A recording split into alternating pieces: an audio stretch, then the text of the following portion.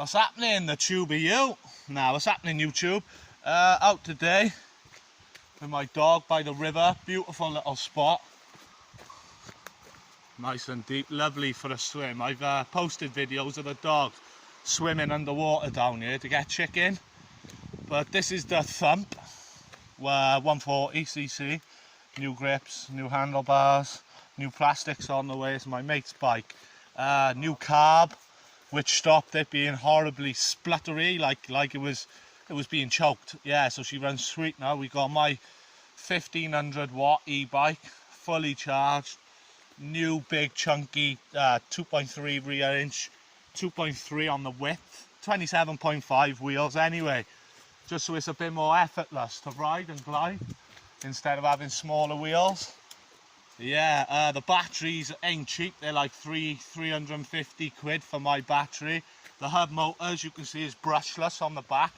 They're about £200.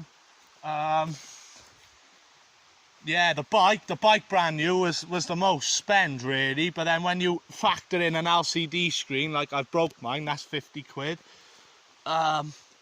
Things like this, a bag which I got, a spare bag anyway, just slight things, but I'm just worried about if you get rim cracks, how easy you can transfer that motor onto a new wheel, because the wheel comes attached with the motor on. You buy the whole kit and it's literally a plug and play system. You've got a torque arm by here which stops your wheel slipping off because of the force. Well, not the force, sorry, the torque.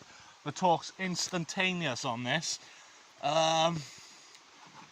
Yeah, you can go bigger with bigger speeds, bigger kilowatt power. There's no point really.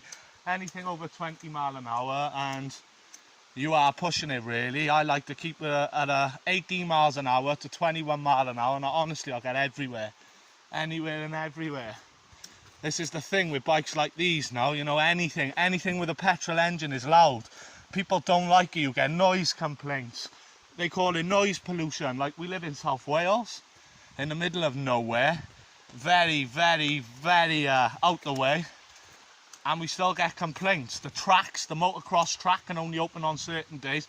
So when it comes to bombing around on that, don't get me wrong, the smell, the noise, even the heat, the danger, I love it. But when it comes to that, I can go anywhere I want and no one's gonna hear me.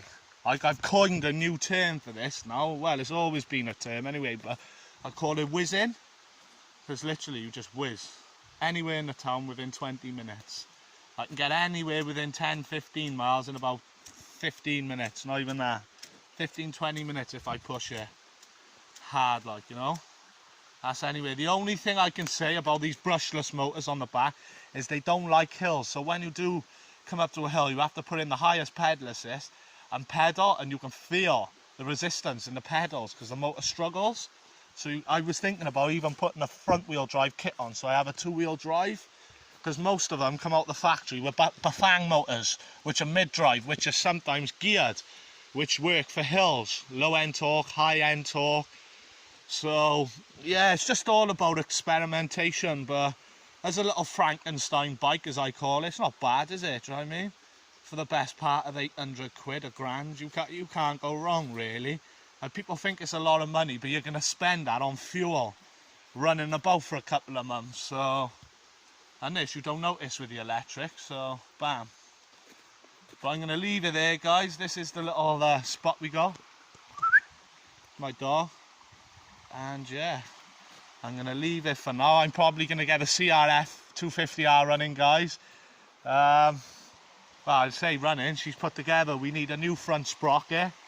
My XR needs new wheel bearings and she's good to go. The KTM's still in pieces because that's all they're good for, to be honest. At the back of the shed collecting dust.